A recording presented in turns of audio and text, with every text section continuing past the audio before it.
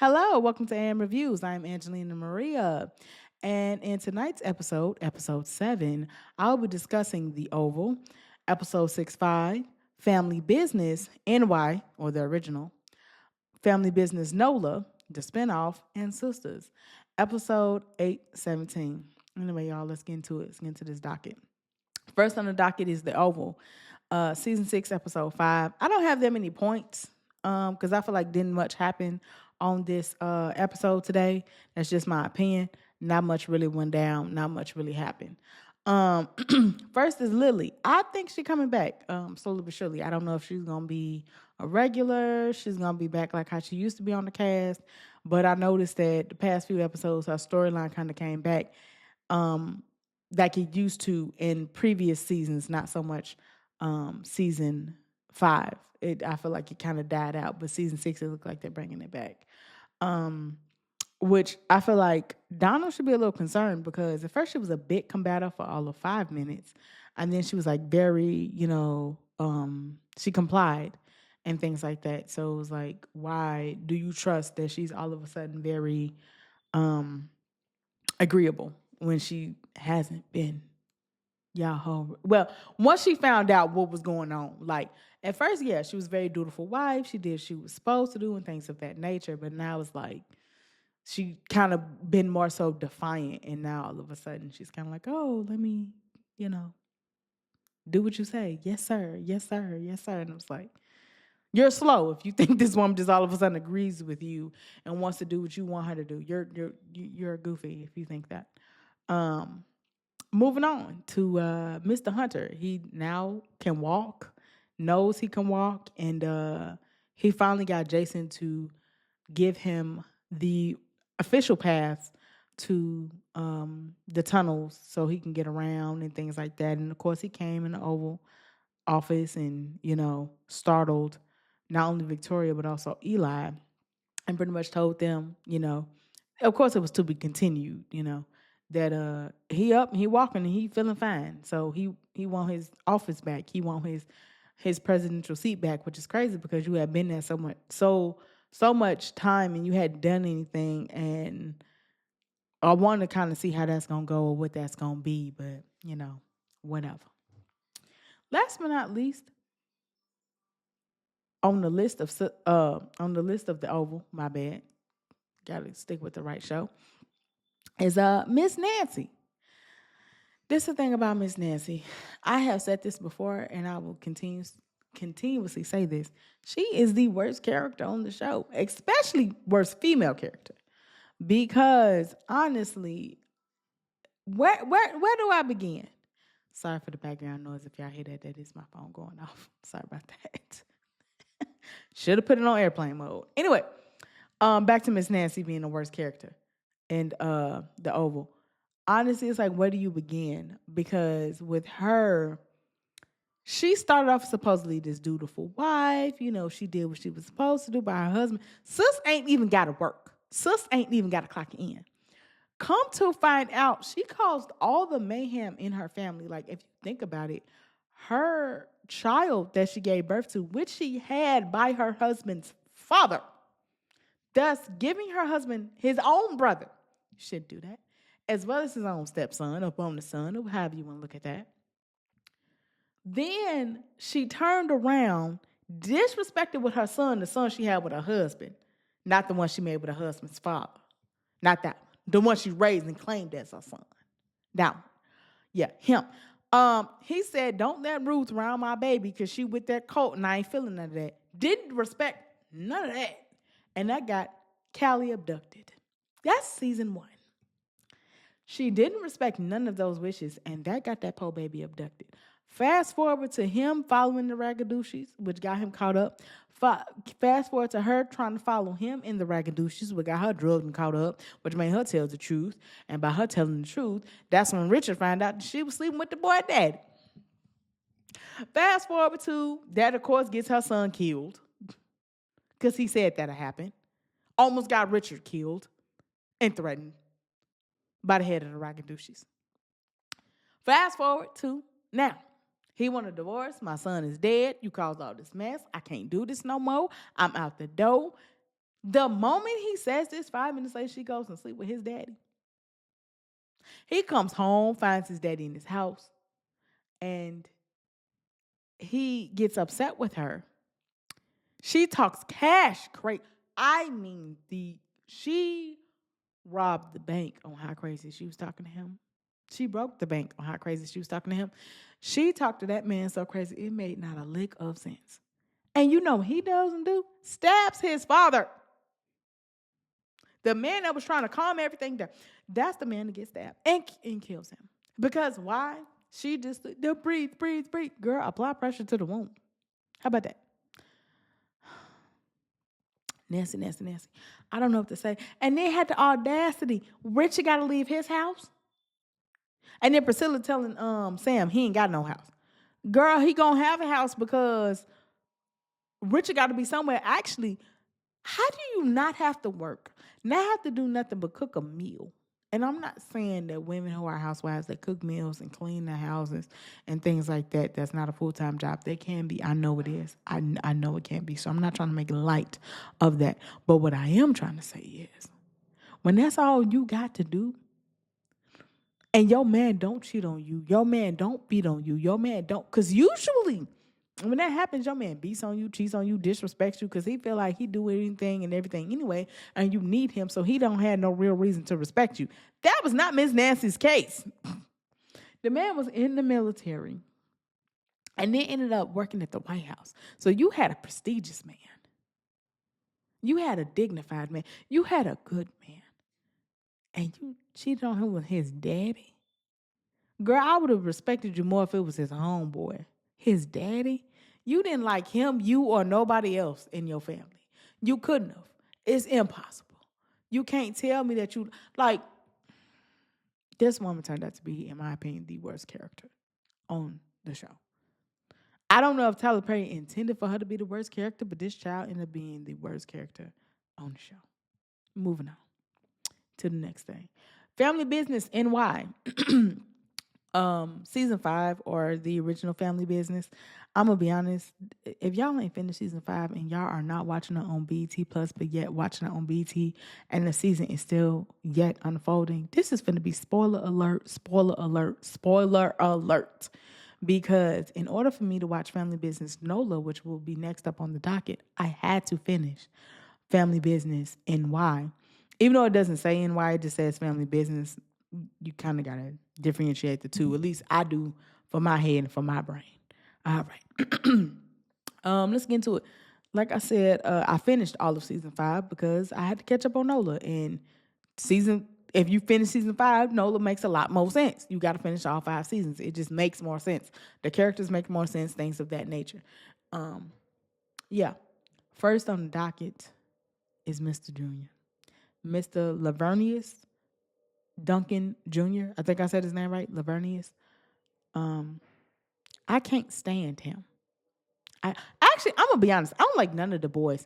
So far, I only like two of the Duncan. I like the Duncan females. I like the Duncan women. I think they're useful. And I'm not saying that because I'm a woman. I'm saying that because the women aren't as much of a crybaby and they are more useful. I think the men get on my nerve. They're a little too sensitive and it's annoying. There's nothing wrong with having emotions. There's nothing wrong with being sensitive. I said a little too sensitive. You do too much. Only boy, for real, a couple boys down. It's only 3 that ain't got on my nerve. 3 out of all the Duncan men so far. And that's including NOLA as well. It's only 3. And they have been Vegas, Rio. I don't know how Romain gonna act. We don't know him yet. Oh, but to get into that. And darn Curtis. 3 of the Duncan men. The rest of them Negroes gets on my nerve. They have all done something stupid, got themselves in something I feel like they shouldn't have got into. But anyway, back to Junior.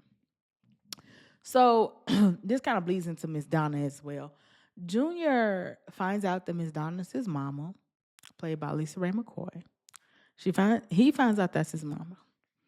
And of course she tells the story, but of course she tells the story she's a victim. Now, not to bleed into her too much, I don't disagree with that entirely, but I'll get into that in a moment. Junior decides to go against everybody, even the woman that raised him all of his life. Chippy raised him all his life, and he decides to go against her. Now, mind you, Chippy's only married to his father. So how you know what your daddy idea? And even if it was Chippy idea and came to her, how you know your daddy didn't send her? Think about that. That woman raised you all her life, and Donna only told you when it was convenient for her, and that was after she lost Sasha. And how did she lose Sasha? To Brother X. And why did Brother X attack Sasha? Because of you. But meanwhile, let's all blame all the other Duncans, but not the one that actually is responsible for both of the deaths. Because the reason why, even like Sage, who lost her life, or Sage, they call her Sage, who lost her life, Miss Dominique LaRue got mad and said, well, my daughter lost her life because of the Duncans. That was because of Junior. Brother X killed your daughter because he thought she was a Duncan. And because he could not get to Junior, and he understood that the Duncans was all protecting Junior, he was killing anybody that he thought was protecting Junior. Your daughter just happened to be in the mix. But by all means, please blame everybody but the Negro actually responsible. And his whole, I want to shut everybody off, including his wife. Chippy is so much of a mother to that boy. She was like, all right, you ain't got to talk to me. You can be done with me. But I do need you to know you are now a father. And your wife is pregnant. And I fear what she may or may not do because you want to be a goofy. You want to run around with whores. And you want to be stupid. That's a real mother for you. Donna didn't halfway do that. Even though Donna says, bleeding into Donna, says, oh, well, I told you to fix this. Did you? Because you was too busy trying to get your bones. You was too busy trying to get your money. You was too busy trying to get revenge. Did you really have time to tell your son to fix the relationship with his wife? No. Because the first thing you said when you found out that your son was going to be a father was, I'm going to be a grandmother, and I'd be darned if I let Chippy raise that baby. What? Your obsession with Chippy is so sad, it makes no sense. And the fact that your son cannot see it. Back to, did not tell you you were her son until it was convenient for her. Until it was convenient. And once it stopped being convenient, once it started really being convenient, then she told you. Baby, like you said, over 30 years, she said nothing. Not a word. Not a mumbling word. And then back to Miss Donna. Darling, she had a daughter that'd rather live with your mama and your daddy than live with the woman that gave birth to her, because that's how trash she was. She's in therapy because of the mother. But love to daddy. By all means, please go off, sir. Go off. Go off. And Donna finally makes her bones in this season where she kills Brother Minister, thus starting a war like a dummy. This is why LC never gave Junior any real responsibility, because you stupid, just like your mama, and I knew it. And your mama dumb. Why would you kill Brother Minister? Why would you kill him? He from the Nation of Islam. I ain't never known them to be disloyal. Disloyal. Even to a lie, they're not disloyal. We can all watch the movie of Malcolm X and talk about how they could be loyal to a lie. Anyway, they was loyal to Brother X, who was running around killing people and acting a fool, even though Brother Elijah was like, we wilding, don't you think? No. Because that's how loyal they are to a cause and to something. That's how loyal they are. They are right or die. Literally, it's called Allah Akbar. Blows themselves up. Bombs themselves. Set themselves on fire. I don't know nobody as loyal as them. Muslims? Nation of Islam? Christians want to be. Christians want to be. Christians want to be that loyal. They ain't. They want to be. Never. They never. We ain't set myself on fire. You ain't never heard to say, Jesus Christ, and we on flames. So why on earth did you think this man was going to turn on L.C. Duncan? Meanwhile, he was killing people named Duncan and was going to kill you, Bookie Boo. Still didn't kill Brother X. Even the second time. Only reason Brother X died was because he tried to kill Paris and had already killed Sage. That's the only reason why he died. It was like, bro, we tried. And it was their last resort. And he was like, I get it. I literally my finishing school your daughter went to. So this age. I get it. Speaking of daughters, moving on. Miss Paris. So Miss Paris is dealing with Mr. Niles Monroe. What can I say? Mr. Niles Monroe is played by Christian Keys, who actually created a show that I have talked about on here, a multitude of episodes, which happens to be All the Queen's Men. He also is known for plays he's done with Tyler Perry, as well as being on a multitude of shows as well outside of Tyler Perry. So yeah, she's running from Miles Monroe, and I do like that he actually ran his other business. Carl Weber ran his other show. Oh my gosh, the Black Campness.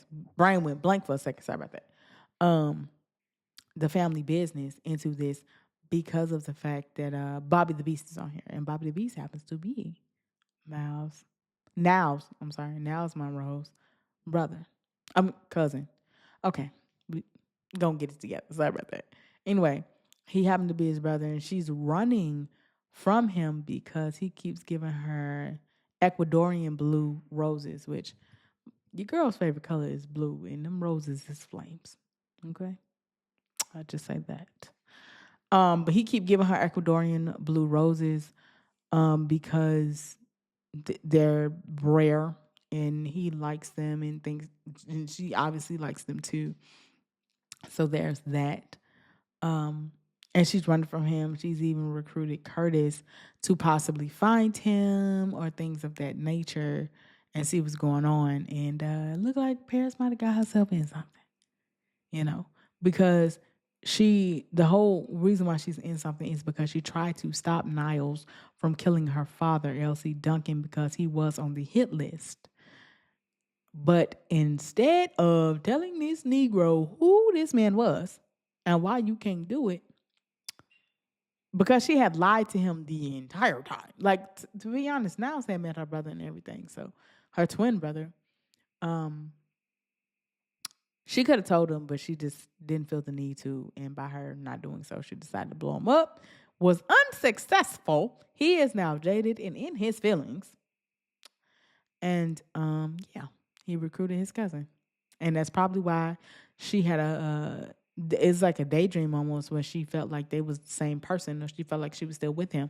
Yeah, baby, when they cousins, they probably have the same essence and energy because they are related. Who knows? But speaking of twins, Paris is not a twin. She's a triplet. So we meet this new character named Roman, and how we meet Roman is I ain't gonna lie, he did carjack. He carjacked Chippy and Rio when they was leaving the church. And when he carjacked them, he was with a young fellow by the name of Brandon. Brandon happens to be the nephew of LoJack. Well, only reason why he was carjacking people was because his mother, hint, hint, wink, wink, had a very, very serious illness. She had a multitude of illnesses, which one of them leading into renal failure, which, for those who do not know medical terminology, not to insult anybody's intelligence, but for those who do not know medical terminology, your renal is your kidneys. So she was having kidney failure. So one of her internal organs, you only need one kidney to live, and I think like half a liver because it like grows back. So yeah, you only need one kidney. Not that they was gonna take out her kidneys. They were just gonna attach the good kidney to one of the bad ones and keep it pushing. She was just gonna have 3 kidneys, and he was just gonna have one. So to be honest, this broke HIPAA laws because he was paying like $40,000 or $45,000 to keep her in the hospital. Then he turned around and had to pay another $120K to get the surgery done, which breaks HIPAA laws because now you're buying the organ. That's illegal. You cannot do that. That breaks HIPAA laws. For those who do not know, which I feel like most people do. Once again, not trying to insult intelligence. You can't do that. If I need an organ, I cannot pay for. They actually read that disclaimer to you, cause oh Lord, it was it Grey's Anatomy or 911. One of the shows they did that where they was like breaking it down, like, hey, you didn't buy an organ, you didn't this. He was like, hey, I'm getting paid for this. It was like, well, we can't do it. You can't buy an organ. This ain't the black market. We don't snatch organs. We ain't the body snatchers. This ain't what we do. But yeah, so Rome paid the money. She got on the list, and then the aunt Coretta was like, "Bro, blood work. We doing the most. Thank God he a match, but what if he found out? Because just because you have a child, that doesn't mean your child is a match to you, and just because you have a parent, doesn't mean your child's a parent. Don't mean your parent is a match to you. Hence, why with baby Vincent, Orlando's son, it was like, y'all might want to have another kid. Sometimes it does make more sense for siblings to be a match if they come from the same two parents than parents and children or children and parents, or a random sometimes. Not necessarily when you're directly related. Sometimes it would be distant relation. It depends. But yeah. So Roman goes through all this. The mom dies anyway because she sees Rio. When Rio tries to pay his respects at the funeral, LoJack gets mad and is like, well, who you want is Roman Johnson. That's who you want. That's the one that really did it. Brandon was just here. He dead because they robbed the wrong person. And Roman told him, kill him, end him, finish the job. He did not. He stole his watch while he was unconscious because he had knocked him out when he gun butted him. The guy, I can't think of the guy's name. And when he did that, that ended up, the guy came back for revenge. And of course, that ended his life. And then he, of course, realized when Roman came down, that who he was with. And he started looking for him too because he wanted his money. Well, by him trying to pay respects and figure out who the partner was, that's what Rio wanted to do. Not really pay respects, but I want to see who the heck your partner is. And I know your partner's trying to pay respects. That's when LoJack got mad. My nephew's in the grave. This who you want to go handle. Not knowing he was talking about handling a Duncan. Duncans will never handle Duncans, at least not in that manner. So, cool. Come to find out, Roman is the third child of the triplets. Because she was like, he asked, she'd be like, am I adopted? He was like, no, you ain't adopted. I know I gave birth to you. But what happened was Paris came out first, then Rio, and then Roman. I guess she tried to keep it close enough by not just naming him Rome, but Roman, because it kind of fits. Paris, Rio, Roman. It kind of fits that everybody's name is a city. Like Donna had stated early in the season. Like, think about it. Or late season 4, she was like, everybody's name is a city except for LC, except for Junior. He was like, yeah, he named after me. That makes sense. He the oldest is named after me, but everybody else is named after the city. Even Nevada. Nevada's named after the state because he's the son of Vegas. Vegas is a city in Nevada. There we go. So Roman kind of halfway matches, even though he's not Rome. If you're a person from Rome, you are a Roman. Kind of works halfway. So he kind of still fits in. Come to find out, he is a Duncan. He stole a car from his mother and his triplet brother. And that's pretty much how they closed that out because they also had to deal with Junior, who incited an entire war against the Brotherhood. Moving on to the spinoff of Family Business, which happened to be Family Business NOLA. Couple things. So we meet... I'm going to talk about the first 4 episodes. So we meet David Banner's character, which is, some people say Jean LeBlanc. Yeah, it would be Jean. It wouldn't be Jean. So we meet Jean LeBlanc, and when we come into the show, his brother Pierre is dead. That's all we know. He dead. Possibly, most likely, probably committed suicide. All we know is he was playing a poker game at the Midnight Blues Casino / bar, and he wasn't winning. He lost to what he called a Billy Bob Thornton looking man. He lost. He walked outside, upset, and there is a gunshot wound to his head. His gun has flown a little bit outside of his hand, and he got blood leaking from his skull. Possibly, most likely, probably committed suicide. But no one knows for sure because the owners of said club was out and about. So Jean LeBlanc, the big brother of Pierre LeBlanc, is looking for his possible killer, looking for what really happened, looking for what really went down. To the point where he's willing to put $100K on that. Somebody gonna tell me something. That's what he said. Well, he already, in the same, I think, night that happened, he took over Red Strip Club and did want to eventually take over Midnight Blues. So it's like, this is all the ammo he needs. But mind you, the owner of it is a Duncan. I believe by marriage because they won't really talk about that. But let's get into it. We got Floyd. Floyd was there at the time, as was Monique. Monique is Shirley, who is the owner of the club, as well as her. She's the main owner, and then her son is like going to be the legacy owner. He's going to end up owning after her. Floyd is her brother. I'm assuming she wasn't born a Duncan, but married one, just like Chippy, just like Nene, just like Donna. Because we're going to learn a little bit about her. Floyd is dealing with a voodoo.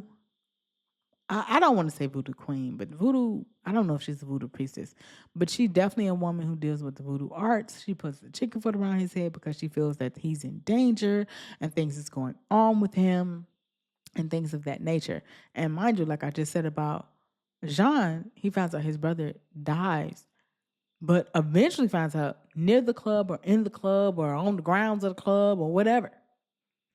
And Monique is very frazzled because she's like, do you know who brother this is? Like, we ain't got some type of, we ain't got that type of time, and we don't want them type of problems, not for real, for real. So, so yeah.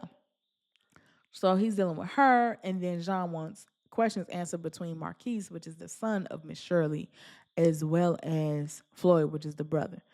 Even though he go to Miss Shirley and Miss Monique personally, like, what's going on?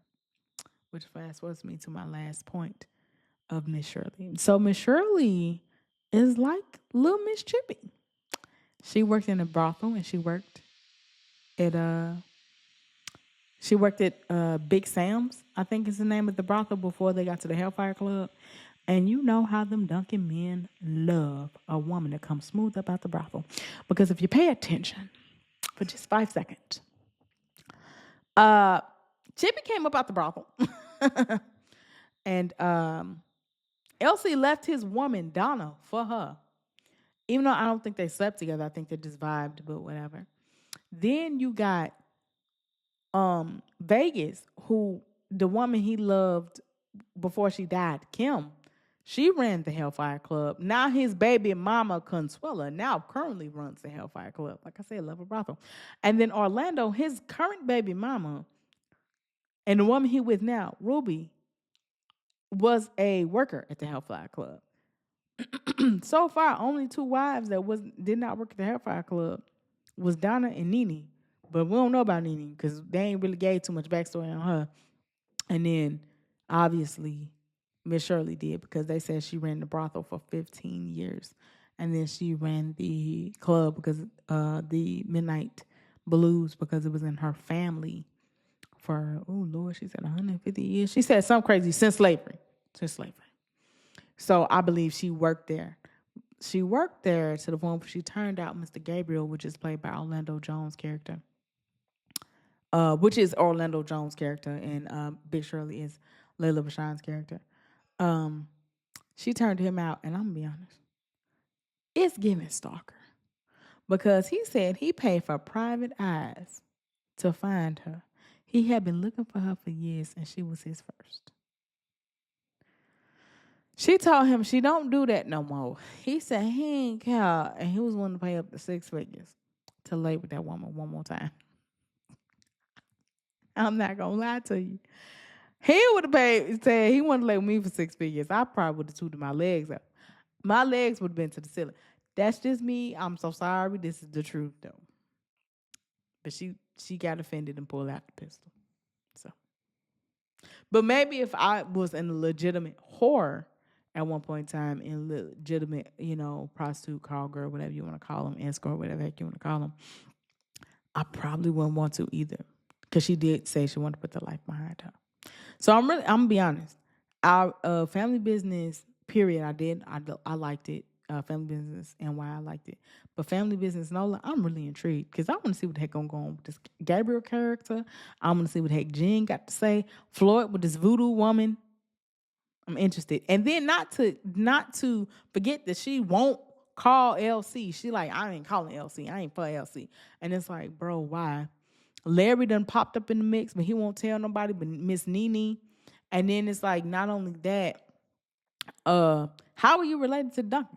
Did you marry one? Because I can't see you being a Duncan and have to run a brothel for 15 years, being a Duncan. Only women that were in a brothel became Duncans due to they gave birth to a baby or they married. Oh, Sonya is the only other Duncan woman that did not have to work in the brothel. But it's like, so I believe she's more so married. I'm trying to figure it out because she's saying that Floyd is her brother and Monique is her father on her. Monique is her cousin on her father's side. Excuse me. So I'm just trying to figure that out. But I'm really interested. I ain't gonna lie. I feel like it's gonna be promising. Cause I ain't gonna lie. I had watched the original Family Business and fell off. So anyway, last but not least, Sistas. Season 8, episode 17, as I like to say on every episode, the real reason why this podcast even exists. There will be no reviews if I don't like Sistas enough to want to talk about it consistently. Anyway, moving on. Just a few things. First, Miss Andy, I see she took heed to Miss Marie Willis, which I have said once and I will say it again. It was so beautiful. She needed to spearhead the sister circle more often. It was really beautiful for her to come in and talk to the girls. When I rewatched the episode, I saw that she talked to the girls and wasn't coming from a place of just, I'm checking you and I'm telling you what you need to do. It was also from a place of compassion, like, okay, this is the problem. What do you want to do about it? It's almost like she was giving them a wake-up call, more so. And it was more out of love and compassion. And even just the way she handled Danny, it was like, that's the first time Danny has ever been handled in a way of not like, you're a screw up. Because they love to come in her like that. But I see Andy, like, it made Andy get on the horn and be like, hey, yo, you know what I do. You know who I am and you know what I bring to the business. So we're not going to keep playing with me. I understand I got some ghetto stuff going on, but realistically, I am that. That's who I am. You know who I am. And you know what I do. So let's respect that. Okay? All right. Let's go. So I do respect that she did that. Miss Sabrina Holland. She got to the point where, I'm going to be honest, you told everybody Rich's business. She literally told everybody Rich's business to the point where she told Pam. And Pam sitting up there so delusional, talking about some she an honorary sister. Who told you that? Karen? She lied. You can't be an honorary sister if you can't get along with Danny, because let's be realistic. The closest person that's an honorary sister is Fatima. And why do you think Fatima's an honorary sister? Not because of Andy, because that's a lie. It's because of Danny. Danny had fought tooth and nail, stood against Cameron, stood up for Fatima, and did not back down season after season after season after season for Fatima Wilson. So if you want to be an honorary sister, if you want to be a sister, you might want to make up with Daniela King. Anyway, back to Sabrina. She sits up there and tells everybody, and I mean everybody, Rich's business, which makes no sense to me.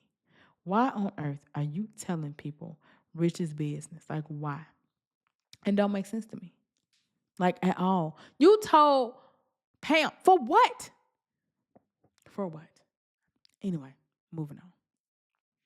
Speaking of Pam. So Karen, once again, apologize about the background noise if y'all hear it. Sorry. For Karen, I thought Karen was gonna get a whooping. Her mama was not playing with her. Her mom was mad. She said F Andy. I said, oh, okay. She wasn't too happy. about the situation of her trying to be there for Andy or whatever the heck they had going on.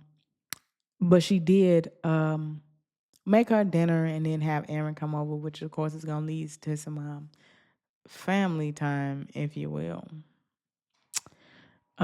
between them two. So I'm glad she finally moving on. But my thing is, do you really want Aaron or are you just doing something? Anyway, last but not least, Miss Daniela King. So Danny, of course, tries to tell Tony, we shouldn't be talking because of the HR situation. And of course, Leonard ain't got nothing better to do than to keep coming for Danny and whatever the heck Tony may or may not have going on. Which in that upsets her to the point where Danny said something that made me have to literally Google. He said when Danny flipped his coffee in his face and all that, she was like, "You sexually harassed." He was like, "You assaulted me." She was like, "Well, you sexually harassed me." And I was like, "Wait, he didn't? Did he sexually harass her?" And according to little definition, especially Google definition, sexual harassment is when you make comment or refer to sexual conduct in any shape, form, or fashion, make joke or anything of that nature in a sexual manner. Leonard has, on a multitude of occasions, referred to Danny as being her back, referred to Danny as sleeping with Tony, and things of that nature. All those things is a form of sexual harassment because it creates a hostile, uncomfortable, intimidating, and demeaning environment. Those are all definitions of sexual harassment. He was sexually harassing her because he's trying to make joke like, "Oh yeah, you only got this because you slept on your back." He literally said at that moment, "I got it because of my marriage. You got it on your back." And it's like, you say you're the best employee. You're the best employee according to who? You. You say you're the best employee. Even Tony admitted, "I didn't do this because I didn't do this because I'm with Danny, not because of no personal relationship. I did this because I think she's worthy." Tony said from the beginning, before he was even with Danny, he thought she was smart, strong, and lastly said she was beautiful. He been said that. You got to be mindful. El Fuego was attracted to Danny because of how smart she was. They had classes together. You got to be mindful. Earlier in the season, they struggled. Some of the girls, Karen and Sabrina struggled to get a C in the class. Andy struggled to get a B, and Danny breezed through and got an A with no problems. The girl has always been deemed as the smart one. Always have been deemed as the smart one. Not necessarily when she comes to her men, but she's always, for the most part, been deemed as the smart one. So when you think about it like that, imagine how he probably approached it and how he looked at the situation. He probably deemed her the smart one.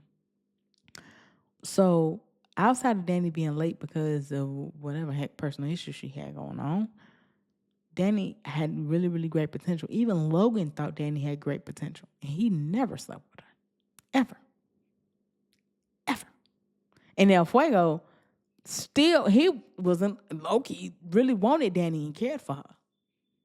And it had everything to do outside of sex. It had nothing to do with sex. I'm just saying. So, in a sense, he kind of did, come to find out. But also, according to the next episode, that Danny's supposed to receive good news. So I think she's going to get into the program, and I think she's going to do well. I think season 9, like how season 7, they got her hair together. Thank God. And they had got her clothes together. Thank God. I think in season 9, we're going to see Danny really on her boss stuff, because I noticed that this episode, she wore pants. Danny ain't never been in pants. Not at work anyway. So I think she's probably going to eventually be in legitimate suits, and not the suit uniform, but legitimate suits. So I'm really looking forward to it. Anyway, y'all, that's been my time. It's been a little over than what I wanted, but I digress. Anyway, this has been AM Reviews. I am Angelina Maria. Thank you so much for tuning in to episode 7, where I talked about The Oval, Family Business NY, Family Business NOLA, as well as Sistas. Thank y'all. Okay, bye.